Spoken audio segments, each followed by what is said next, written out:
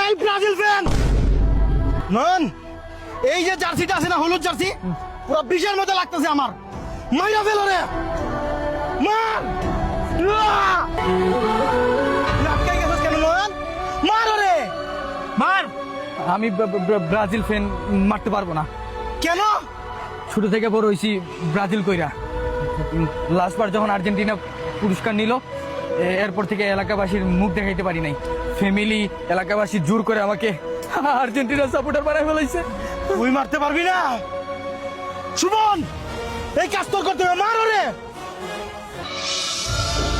কি হলো, মার। ভাই আমি মারতে পারবো না। কেন?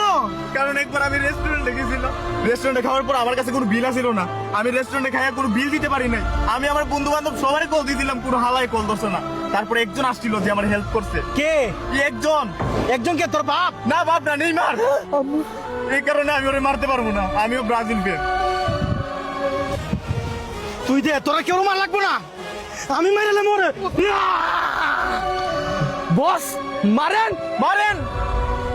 আমার পক্ষে মারা সম্ভব না। কেন? কেন? কারণটা আমি বলতে পারবো না। কেন মারতে পারবেন না আপনি?